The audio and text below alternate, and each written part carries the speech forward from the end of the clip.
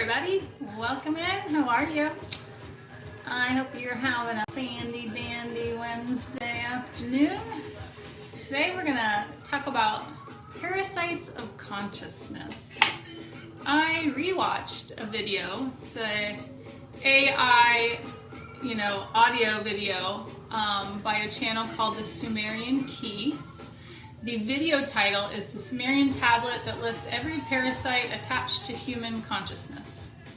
Now, allegedly, the Sumerian tablet that this channel is describing in the video listed out 12 parasites of consciousness.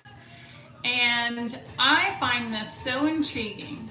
And whether or not the tablet is real and this is listed, I completely resonate with the concept of these particular parasites.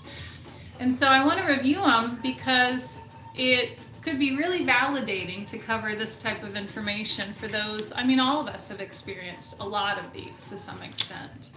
Before I do that, I'm going to set some space. Please feel free to hop in the chat, say hi, give me your thoughts, ask questions. I love when you guys engage with me.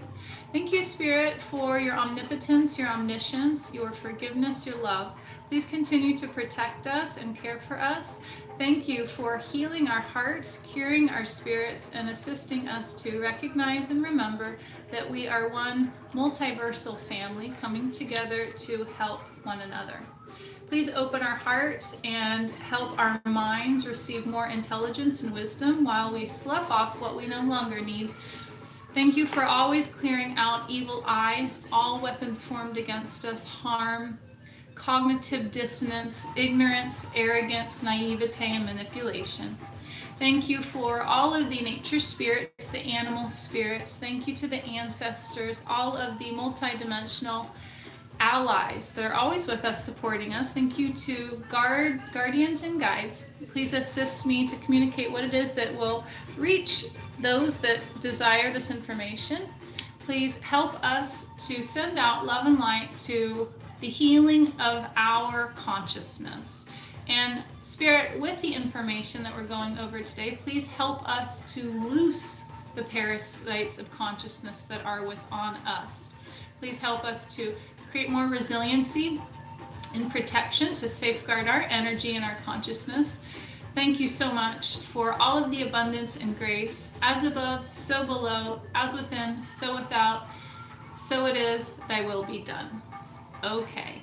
Now, I am going to look at a list of these on my computer. So if you make a comment, I don't see it immediately, it's because I'm not looking at the actual live anymore.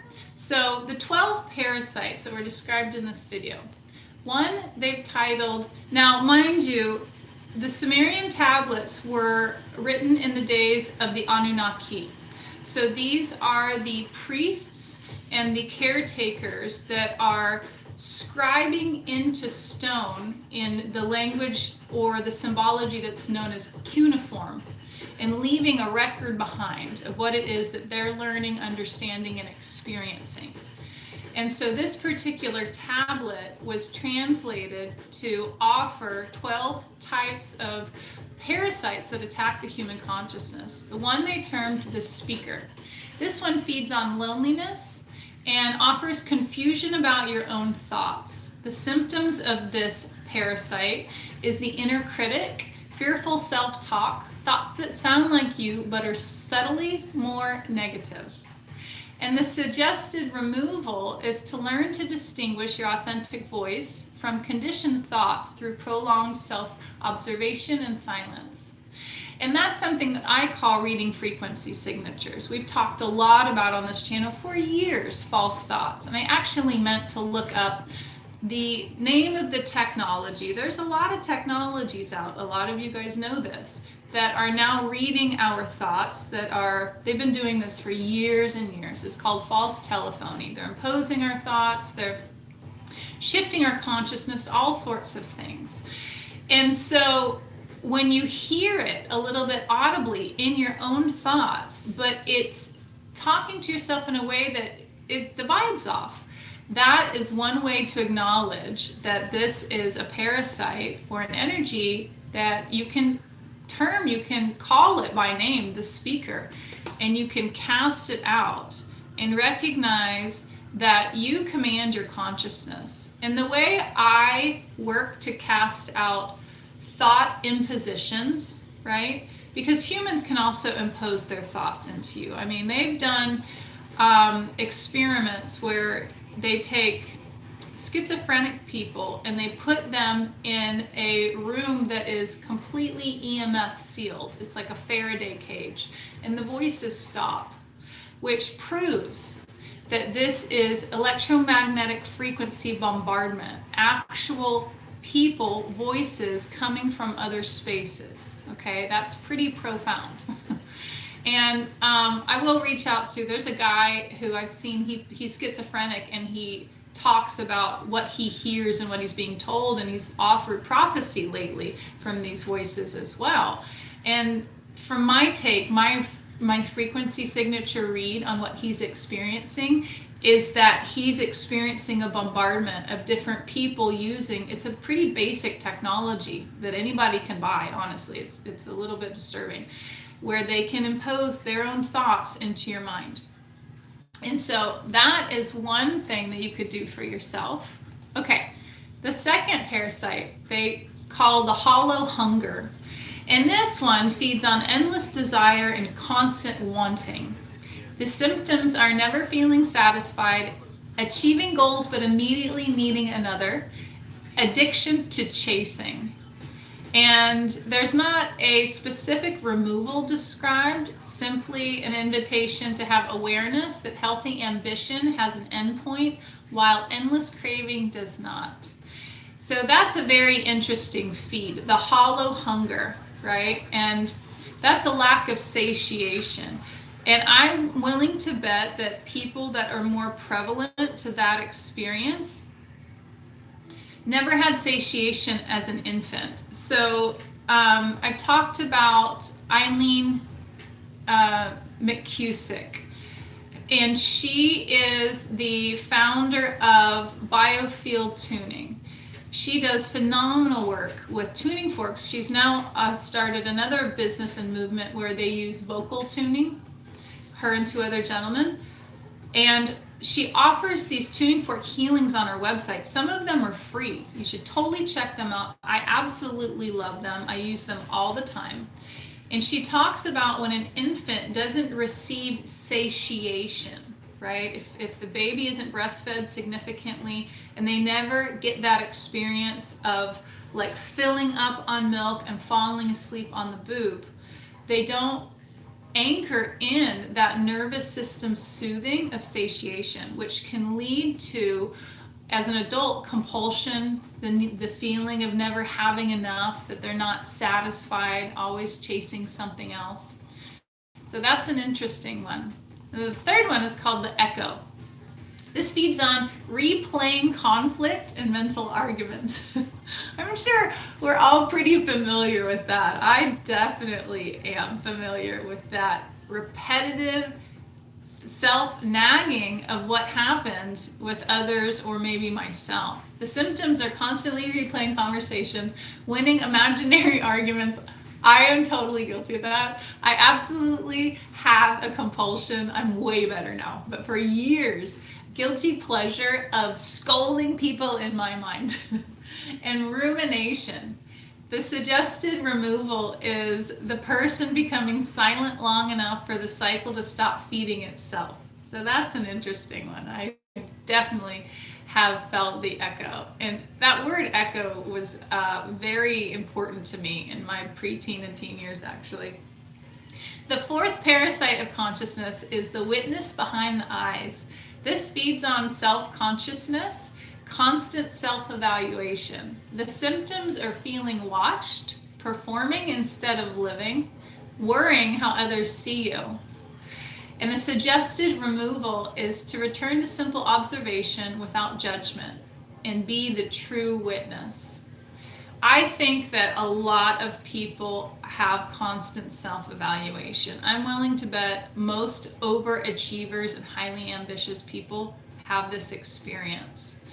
And again, this is called the witness behind the eyes. Now, one thing that I find so intriguing about this list, these parasites of consciousness, is that for me, I have long followed a kind of a formula that if I'm experiencing either a feeling or having a thought or a belief system that is uncomfortable for me in any form or fashion, it's not my truth. So a very simple fundamental principle that I have is that if it doesn't feel good, if my thoughts aren't at peace about it, I'm not enjoying this, it's not my authentic truth. Therefore, I can let it go, I can release it, it's false, it's not me. And that is one piece of frequency signature reading that is a quick register that this isn't you. If you don't like it, if you don't want it, it's not you. Even if you think it is, that's not your truth, because your ultimate pure authenticity is spirit. It's comfort, it's contentment, it's fulfillment. It's all of those things in this amazing experience that you can never put into words, right? And so that's just my go-to, is if I don't like it, this is not my truth, and I can get rid of it or figure out how. The fifth parasite of consciousness is called long grief. This one feeds on unprocessed grief and generational sorrow. Interesting. Now, grief is a very palpable energy that a lot of entities like to feed off of your loosh. Grief produces a lot of emitting of our precious life force. The symptoms of this are persistent sadness, emotional heaviness, depression without obvious cause, and the suggested removal is fully feeling and processing grief rather than suppressing it, which can be very difficult because to move through grief is like quicksand. It's like being in quicksand. And finding some semblance of a suspension that you're allowed to be in that space and there is an end is really imperative for grief, because it's a thoroughly debilitating and suppressing energy. It's very, very heavy, isn't it? Though, if we understand that you felt another way before, you will feel that way again. For me, when I have these experiences of deep, deep grief, Teal Swan said this one time in a video around heartbreak of some form. It's no longer one day at a time, it's 1 minute at a time. So it's literally moment to moment. You're just getting by through the tiny little moments. And if you keep doing that, you can make it through. And it reminds me of something I heard of, and this might have been on the movie The Secret, you guys remind me. But when you're driving a car at night, you can only see about 5 to 10 feet in front of you. But that's all you need to drive for hours and hours. You can literally make it across the country in darkness with just 5 to 10 feet in front of you. And that's what, for me, moving through grief is like. It's the stuff of courage, right? The sixth parasite of consciousness is borrowed rage. This one feeds on unprocessed anger and collective anger. The symptoms are irritability, sudden anger, overreaction. And the suggested removal is 3 days of silence and isolation to avoid adding new emotional fuel. So you've got to burn through the anger, right?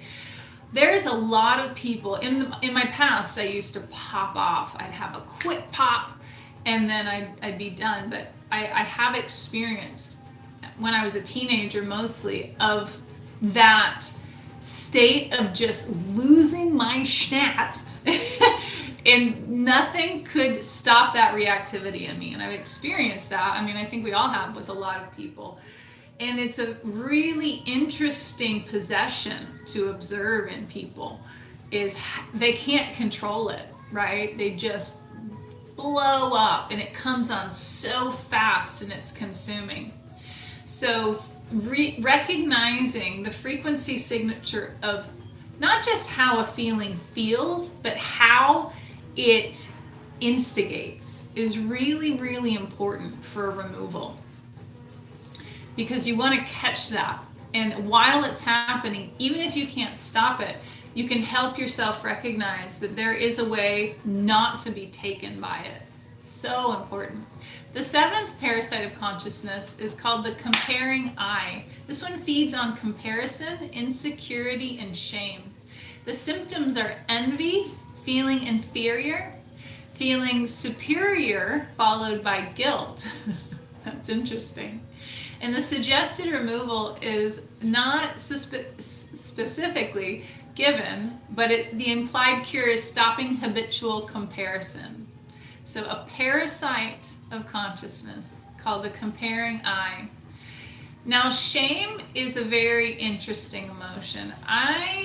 In my experience with both myself and through my clients, I recognize that shame and unworthiness, and then guilt would be the next one, are like the base shadow emotions through our childhood and on.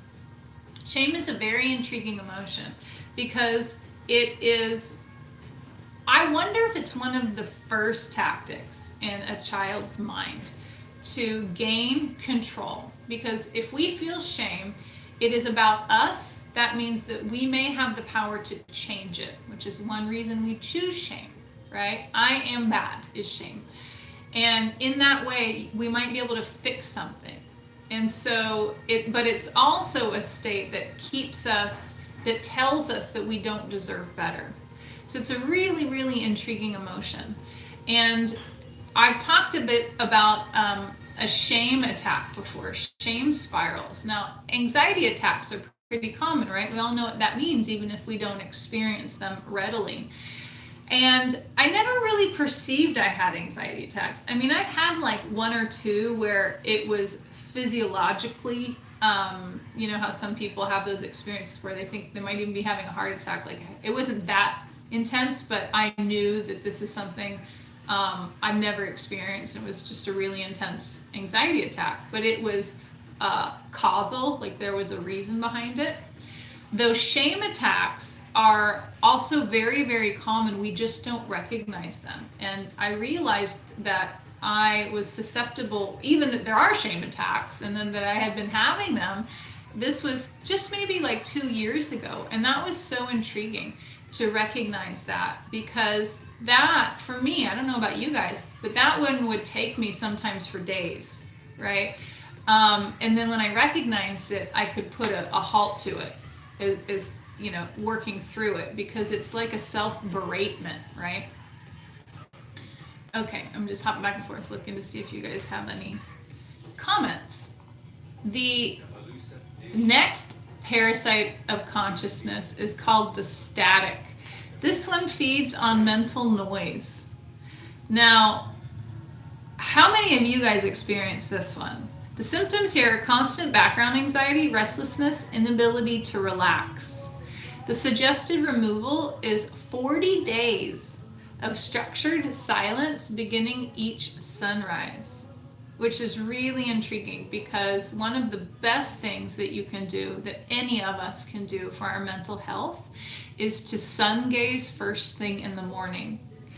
It's a very it's one of the most potent ways that we can get a natural influx of nitric oxide, which is extremely important for your health and well-being.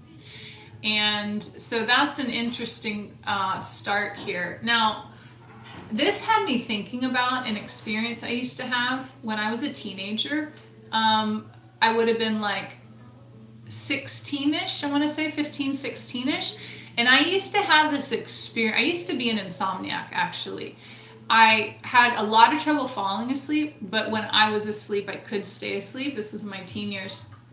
And I used to have these experiences where when I'd lay down and things would get quiet, the noise in my head would get so loud, and it wouldn't just be noise. It would be like mass sensory overstimulation, in a way where like I felt like I couldn't handle it, like I'm gonna go nuts. And I have I know what that's from. I won't go into that, guys. Anybody in the covert spaces?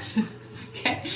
Though it was so very intense, and that went away a long time ago. And now I wonder if a part of when it went away is because around that time period, I found yoga. I found a book of yoga in my house, and that's a time period where I actually used to just, teenagers are like often always in the room. They don't come out for hours and hours. So I'd be in my room, and I taught myself yoga, and I used to listen to a lot of classical in that period. That was like 17, 18. So I'm willing to bet that's how I cured myself. It's just got into a lot better frequencies, but the static noise was so overwhelming and intense.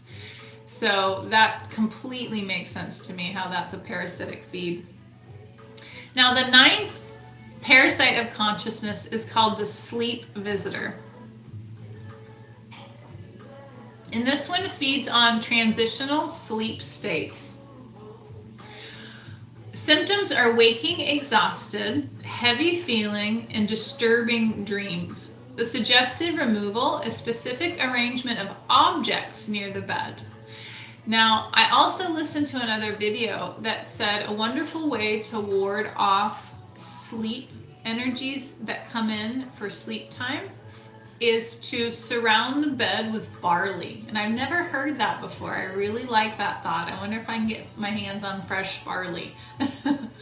And so I think that that's a common understanding in the spiritual community to protect yourself in dream time. And if that's something that you experience where you have disturbed sleep, you wake up tired, you're heavy, really, really sluggish, and your dreams are quite erratic. I mean, number one, please turn off all of your Wi-Fi and your devices. And also look to clearing some sleep time entities. And I have an old video of like a sleep prayer protection. And also on my website, guys, and under offerings, there's a category that is, I forget, it's like protections, revocations. They're all free. You're welcome to go grab them. Most of them come from my mentor, Lauda Leona Sovereign Key. She also has these free offerings on her site, and they're very, very powerful. There is one that is like a huge spiritual exorcism. If you need to clear some deep, dark entities, if you're dealing with some real intense stuff, be warned, it's really powerful, but it is a massive tool that can help you. Okay? Now the next one is called the bleeder. This one feeds on vitality, major life transitions. The symptoms are chronic fatigue, feeling older than your age, loss of enthusiasm, and low life force. So this is a great name for it because you're just like bleeding energy, right? And this is something that I think we've all experienced. We're just like going through the motions, and we just feel that the experiences are tearing at us, but we're still trudging along, right? The suggested removal is, unfortunately, they don't have one. It says no complete method survives in the alleged text. But I will say to you, go get that spiritual exorcism. Go do these revocations. Cleanse and clear your energy with your will, with the intent of clearing out these particular entities. The 11th parasite of consciousness is called the loop. This one feeds on worry and repetitive thinking. That's a good one. This is also something that affects a lot of animals, this one in particular, the loop. The symptoms are obsessive thoughts, insomnia, and mental looping. The suggested removal is speak the worry aloud. Write it down and destroy the writing. Now, cognitive neuroscience also speaks to this. For those who have chronic anxiety and worry, one thing that is very important for you to do is to speak it aloud, to name it, because your brain is in a pattern of seeking to solve. And so if you offer it an understanding of what it is, you can help it unhook from that loop. And that's a really easy thing to look up. If that's something that you suffer from, is those horrible repetitive thoughts and worry. Like I used to have massive issues with rumination and limerence, and that was such a debilitating experience. That is so overtaking sometimes, and it's very compulsive. It's very difficult if you just can't stop it. So these types of techniques that are scientifically proven are fantastic, and they're very easy to apply. So look up cognitive neuroscience, right? Brain behavior. These are types of things that can really support these types of experiences. OCD, all of those things. The 12th and final parasite of consciousness is called the unbecoming. This one feeds on the authentic observing self. The symptoms are feeling disconnected, living mechanically, and loss of genuine presence. Oh, I'm going to read that again. This one feeds on the authentic observing self. The symptoms are feeling disconnected, living mechanically, and loss of genuine presence. The unbecoming is just having a field day with us right now, isn't it?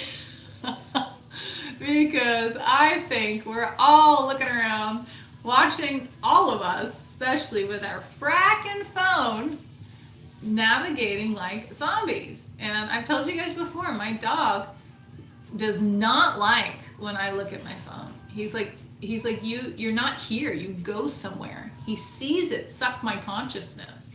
It's very interesting. And I've mentioned this before, but I saw a video where a gentleman had a theory that the phone and the technology that is also reading your thought forms is not only doing that, but it's hijacking your manifestation ability in order to create what it wants. Now that is powerful. It's taking your own divine dispensation, your right as a creator being, and it's utilizing it for its own algorithmic purpose, right? And we're letting it do it by engaging and interacting, contracting with the technology. The suggested removal of the unbecoming, the parasite that feeds on the authentic observing self, is it is said to arrive only, there's no cure, it says. It is said to arrive only after the others have weakened the host. So this one comes in once the host is already weak and defenses are down. This one though, attunement. If you can support yourself by attuning to yourself more and more, right? The easiest way to start coming back into your authenticity, in my opinion, is to squeeze your sphincter muscle. I know that sounds a little bit ridiculous, but when we're not present, when we're disconnected, when we're being mechanical, if you were able to look at your electromagnetic field and see it through your eyes, your energy would be in front of and outside of your body. It would not be within your physical vessel. That's another reason why a lot of us, when we're sitting forward, and this isn't being engaged in something, but when you're doing this, you're like this, right? Your energy is outside of your avatar. When you squeeze your sphincter muscle, and females, you do a Kegel, right? You pull your consciousness back down in the most powerful part of your body, which is your hips. Okay? So that's an easy way to start coming back into your body. And then just feel your back body. Can you feel the back of your skull from the inside? Then you can learn attunement. How am I feeling right now? Interoceptivity is an imperative practice to become aware of. Your interoception is your ability to know when you need to pee, when you are hungry, when you are thirsty. It is your ability to feel your internal processes. And you can practice this consciously, right? How can you feel what's going on inside of your body? These are all wonderful ways to help you come back to yourself and be present. Also the breath. The breath is fantastic for this. All right. Oh, hey guys. Sorry. Parsloosh. I'm just seeing your comments because I was looking at the other page. Let me catch up. Parsloosh says, smiley face. Imposter syndrome, adonia. As I can't say it. Adonia means imposter syndrome. I need to memorize that because I forget the term imposter syndrome all the time. I'm trying to say it because it's something that comes up with a lot of students, and the term just slips my mind. And no gives me a thumbs up. Parsloosh has a doggy face. Dogs see this. Phone scrying mirrors. Yeah, exactly. And no, scrying mirrors. Absolutely. It is magic all the way. Oh, you know what that just reminded me of? Okay, so I've been taking a deep dive into Gnosticism and the Sumerian tablets and all these things, right? Very intrigued right now. The different apocryphas and the Book of Enoch. And yesterday I was looking up if the Anunnaki are indeed the Elohim. And for me personally, that doesn't resonate with me. And there's a lot of discrepancies in that. Some believe so, some believe no. I perceive that they're a different set of beings that overlapped in the same time periods. Though anyhow, I'm getting away from myself. The Elohim were 200 of the angels who we call the fallen, because they chose, Semyaza was the leader, and they became lustful as they gazed upon the women of man.